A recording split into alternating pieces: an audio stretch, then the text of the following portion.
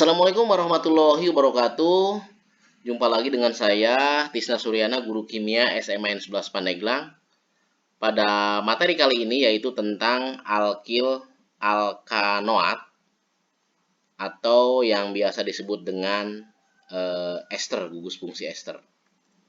Sebetulnya ester termasuk kepada salah satu gugus fungsi yang mana jika dia menempel pada rantai-rantai karbon akan memberikan sebuah ciri khas senyawa dan akan menjadi senyawa-senyawa ester. Baik, sebelum belajar marilah kita berdoa ya. Berdoa dimulai. Robi jidni ilma warjukni fahman waj'alni minas solihin. Ya Allah, tambahkanlah aku ilmu, berilah aku karunia agar dapat memahaminya, dan jadikanlah aku termasuk orang-orang yang soleh. Amin ya robbal alamin. Ya, sebelum menonton jangan lupa ya untuk di like, untuk di komen atau di share and subscribe agar channel ini bisa berkembang lebih maju ke depan. Ayo lakukan 3M setiap hari selama masih dalam pandemi Covid ya. Memakai masker, mencuci tangan pakai sabun, terutama dengan air yang mengalir, dan yang lebih penting lagi adalah menjaga jarak. Kompetensi dasar pada pertemuan kali ini yaitu KD 3.5, menganalisis struktur tata nama, sifat sintetis dan kegunaan senyawa karbon. Ayo, tonton sampai selesai agar tidak gagal paham atau tidak gagal fokus, terutama penguasaan terkait tentang gugus fungsi alkil alkanoat atau ester. Tujuan pembelajaran kali ini yaitu yang pertama, siswa dapat memahami tata nama dan struktur alkil alkanoat. Yang kedua, siswa dapat menjelaskan isomer senyawa alkil alkanoat. Yang ketiga, siswa dapat menjelaskan isomer fungsi antara alkil alkanoat dan asam alkanoat. Jadi alkil alkanoat itu ester, sedangkan asam alkanoat itu tiada lain adalah asam karboksilat. Tujuan berikutnya adalah siswa dapat membuat ya, atau memahami pembuatan alkil alkanoat. Berikutnya, siswa dapat mengetahui sifat-sifat alkil alkanoat. Dan yang terakhir adalah siswa dapat menjelaskan beberapa kegunaan atau manfaat dari alkil alkanoat atau ester. Baik, definisi dan rumus umum ya. Ester atau alkil alkanoat adalah senyawa yang karbon ya, senyawa yang karbonnya mengandung gugus COO.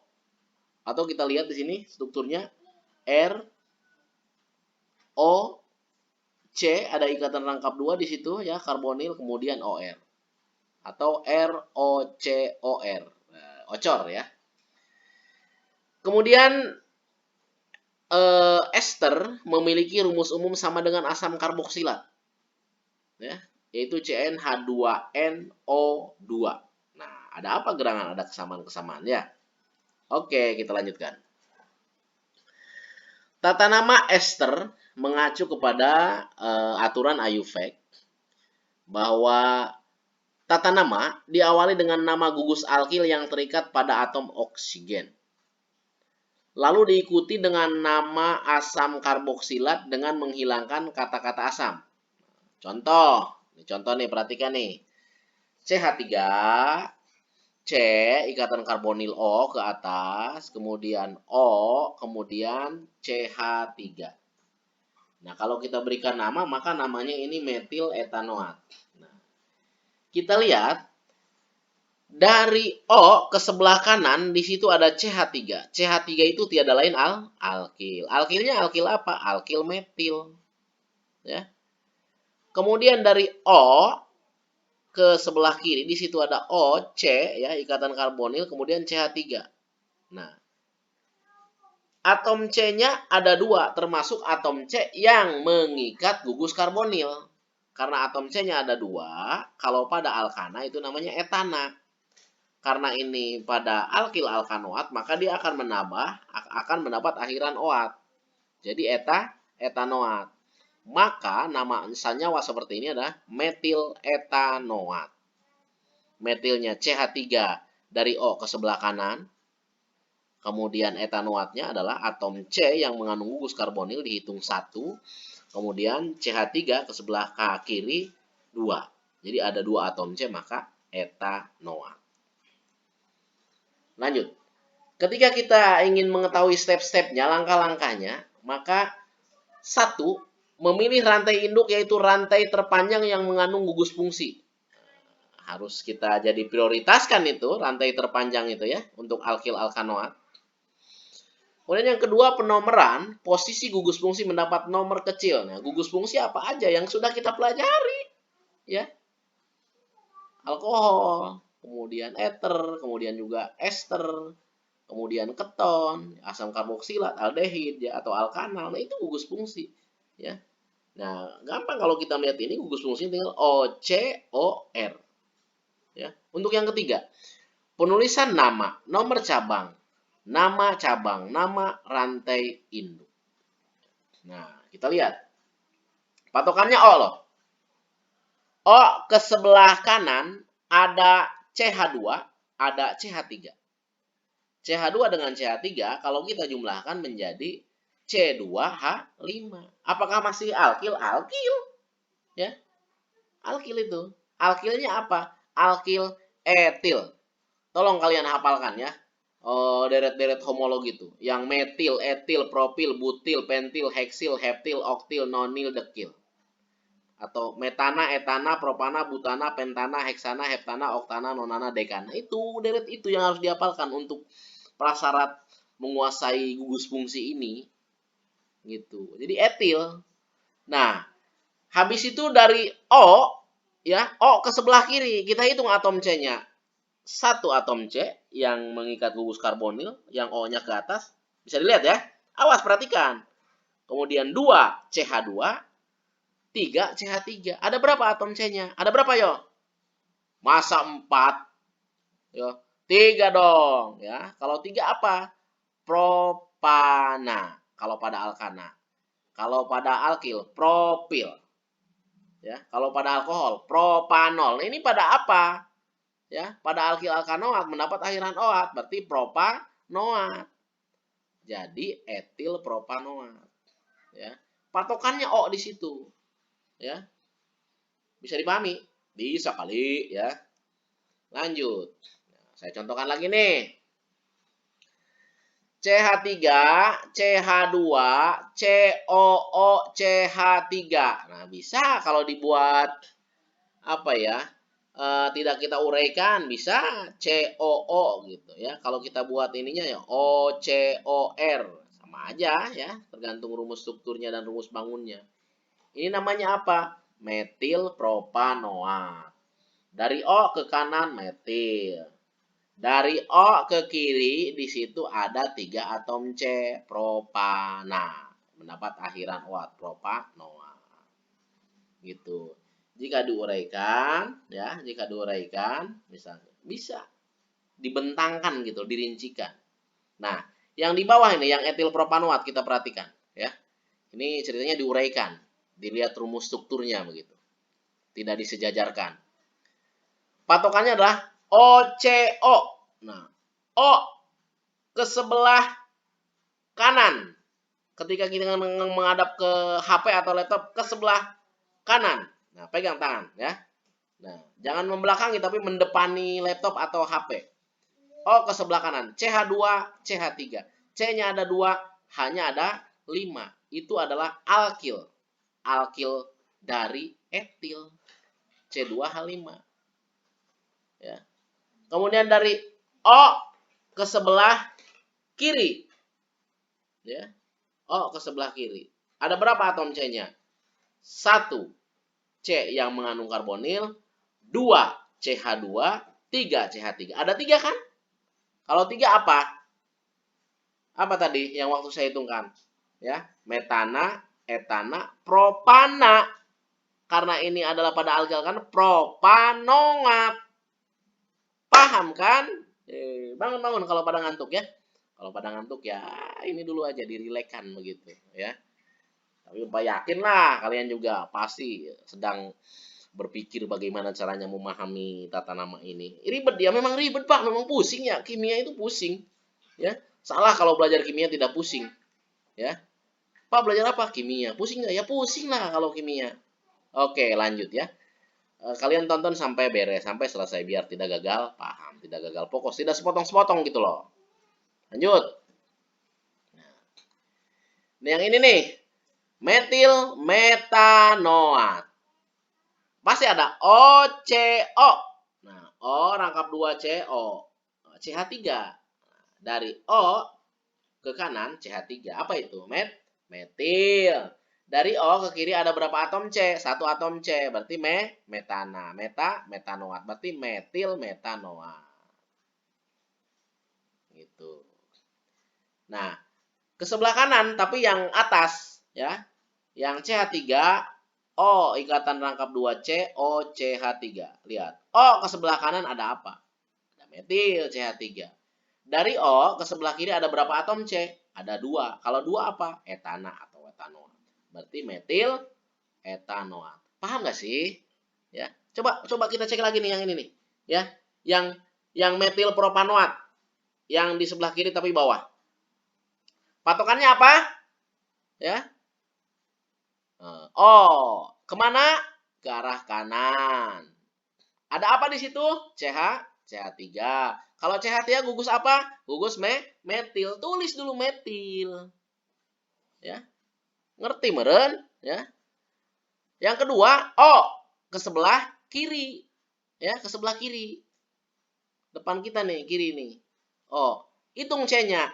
C yang mendapatkan gugus karbonil ke atas 1. CH2 itu nomor 2.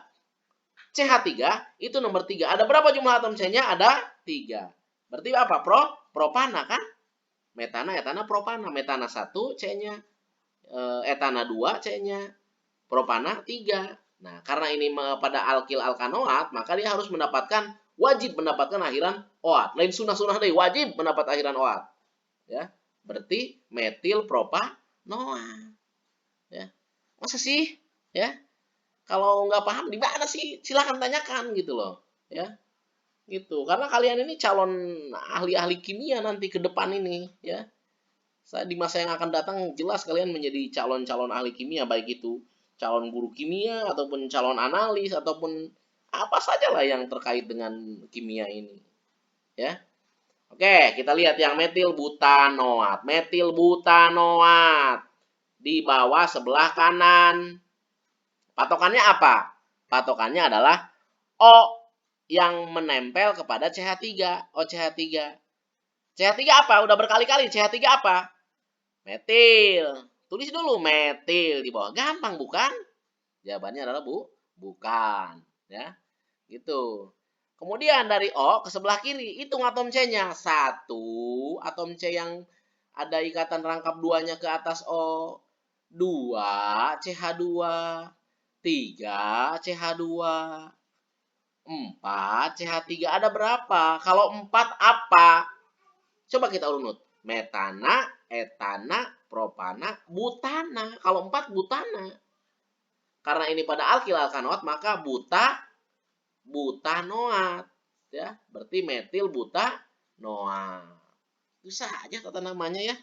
Ya, itu. Oke, lanjut. Tata nama ester. Nah, kita bandingkan ada tata nama Ayurveda, ada tata nama trivial. Ya, yang dua-duanya nama juga berlaku, bisa digunakan, tapi tergantung apa lembaganya atau tergantung kaidah-kaidahnya ya gitu. Kalau pada tata nama Ayurveda metil metanoat, maka nama trivialnya metil formiat. Kalau pada Ayurveda metil etanoat, maka metil asetat trivialnya. Bagaimana kalau etil propanoat, Pak? Nama Ayurveda-nya, maka nama trivialnya etil propionat. Nah, yang nomor 4 nih, bagaimana kalau nama Ayurveda-nya metil butanoat? Ya. Nah, nama trivialnya adalah metil butirat. Yang kelima, bagaimana kalau nama Ayurveda-nya etil pentanoat? Maka nama trivialnya etil palerat. Nama trivial itu ya itu juga gitu loh. Pernah nggak kalian tolong ambilkan garam misalnya, ya? Atau tolong ambilkan uyah, tolong ambilkan NaCl, itu juga gitu, cuman penamaannya gitu, ya. Itu tata nama ester. Oke, lanjut. Di sini ada beberapa isomer asam karboksilat dan ester. Asam karboksilat itu asam alkanoat, sedangkan ester ini alkil alkanoat. Nah, kalau kita merujuk kepada isomernya, ya sudah saya berkali-kali terangkan bahwa isomer, iso sama meros bagian. Isomer itu apa sih? Suatu senyawa yang memiliki rumus molekul sama, tetapi rumus bangun cara terikatnya atom-atom berbeda. Kita perhatikan antara asam karboksilat dengan ester ini terdapat sebuah kedekatan aja gitu. Jadi isomernya juga kadang-kadang ya kalau tidak isomer ester ya isomer asam karboksilat. Pada asam karboksilat asam etanoat, pada ester metil metanoat. Sama jumlah atom C-nya sama, C2H4O2 ya. Kalau pada asam karboksilat asam propanoat. Bagaimana pada ester etil metanoat. Begitu ya. Gitu. Kalau pada asam karboksilat, asam butanoat. Pada esternya adalah propil metanoat. Itu namanya isomer ya. Gitu. Kayak kita memiliki ini 4 batang korek, ya jumlahnya 4, tapi 4 batang korek itu bisa kita buat membentuk huruf E, atau kita bisa buat membentuk huruf W, misalnya begitu, sama-sama 4. Oke, lanjut. Isomer alkil alkanoat. Ya. Jadi antara asam butanoat dengan 2-metil-propanoat atau alpha-metil-propionat itu adalah dua buah isomer. Serupa tapi tak sama gitu loh kalau kita lihat ya. Gitu. Serupanya apa? Ya sama-sama mengandung gugus fungsi dari alkil alkanoat ya. Dari alkil, mohon maaf ini asam karboksilat yang ini ya. Oke. Di delete aja nih ya, di delete, kita lanjut. Untuk rumus molekul C2H4O2, kemudian untuk asam karboksilat, kalau kita mencoba mengkomparkan ya, mendekatkan dengan ester, itu sebetulnya kalau pada asam metanoat di situ ada gugus fungsi OCOH atau COOH. Kemudian pada ester ada OCOR atau COOR. Ya, gitu. Jadi sebetulnya antara asam karboksilat dengan ester ini rumus molekulnya C2H4O2. Jadi atom C-nya ada 2, ya, atom H-nya ada 4 dua-duanya, atom O-nya ada 2 gitu. Cuman dalam penamaan atau dalam struktur berbeda. Yang asam karboksilat ya berikan kata-kata asam di awal, berikan di belakangnya itu alkanoat, yaitu asam metanoat. Sedangkan pada ester ya, metil metanoat kalau kita lihat ya. Kemudian pembuatan ester. Ester dapat dibuat dari reaksi antara asam karboksilat dan alkohol dengan bantuan katalis yang disebut reaksi estersifikasi. Reaksi pembuatan ester disebut dengan estersifikasi. Asalnya dari mana? Dari asam asetat. Dengan apa? Dengan alkohol, dengan etanol. Berlangsung secara reversibel ya, bolak-balik begitu kalau kita lihat, maka akan dihasilkan etil asetat.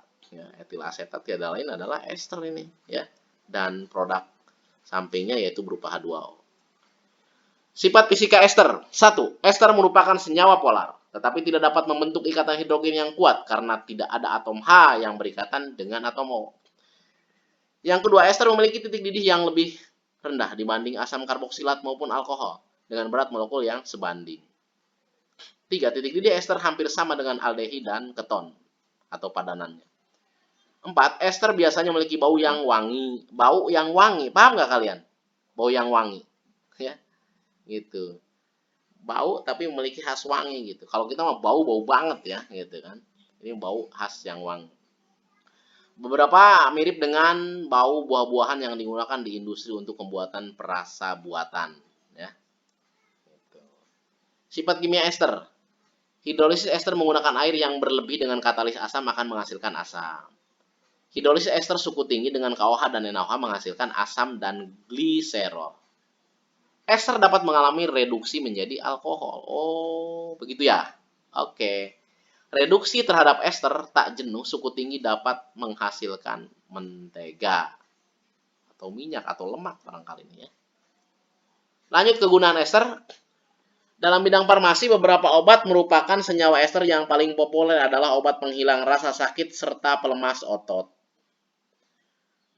Senyawa-senyawa tersebut adalah turunan asam salisilat, seperti aspirin dan minyak gosok. Apa balsem mungkin ya ini ya, GPU gitu ya. Ya. Gosok pijit urut ya. Ya. Kemudian minyak merupakan senyawa triester dari senyawa asam karboksilat dengan gliserol. Minyak dimanfaatkan untuk menggoreng produk makanan. Kemudian yang keenam, minyak dan lemak juga merupakan bahan baku pembuatan sabun. Nah, ternyata ini yang paling tren dari kegunaan ester ini, dihasilkannya sabun, baik itu sabun cuci ataupun sabun mandi. Ya. Berikutnya adalah ester dari alkohol rantai panjang dengan asam karboksilat rantai panjang merupakan bahan pembuatan lilin non-parafin. Oh, lilin non-parafin. Ini struktur aspirinnya nih.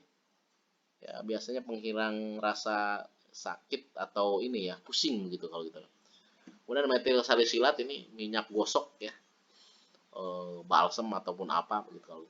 Ternyata kegunaan ester banyak sekali dalam kehidupan sehari. Ini barusan beberapa saja yang disebutkan. Mungkin kalian bisa berkreatif untuk mencari kegunaan-kegunaan yang lain dari ester.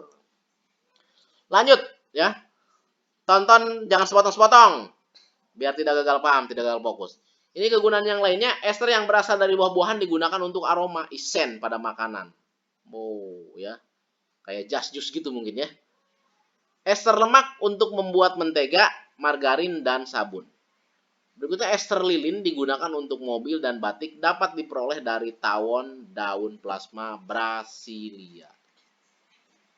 Nih ada beberapa tabel senyawa ester dan aromanya nih ya. Kalau misalnya kita belum tahu nih. Isoamil asetat. Oh, aroma pisang ini ya. Bisa dijadikan minuman yang itu, yang apa tuh, yang aduh kayak just juice lah pokoknya ya, yang dikasih es dijual. Etil asetat, aroma penghapus cat kuku. Wow, wangi. Metil salisilat, ya. Tanaman wintergreen. Etil butirat, aroma nanas. Bensil butirat, aroma cherry. Etil propionat, aroma buah-buahan. Etil benzoat, aroma rum. Bensil asetat, buah persik. Metil butirat, aroma apel. Oktil asetat, jeruk. N-propil asetat, buah pir. Etil penil asetat, madu. Ya. Oke, demikian. Terima kasih hatur nuhun, thank you ya. Mudah-mudahan membawa manfaat. Dari yang tadinya tidak tahu kita menjadi tahu. Dari yang tadinya tidak menyukai kimia itu juga sebuah perubahan ya. Luar biasa. Untuk mengakhiri mari kita berdoa. Berdoa mulai. Allahumma arinal haqqa haqqan warzuqna tiba'ah. Wa arinal batila batilan warzuqna tinabah. Ya Allah, tunjukkanlah kepada kami kebenaran sehingga kami dapat selalu mengikutinya, dan tunjukkanlah kepada kami kejelekan sehingga kami dapat selalu menjauhinya. Demikian, tetap semangat terus ya. Pantang mundur, pantang nyerah walaupun keadaan yang ada sekarang ini yaitu pandemi. Billahi taufiq wal hidayah. Assalamualaikum warahmatullahi wabarakatuh.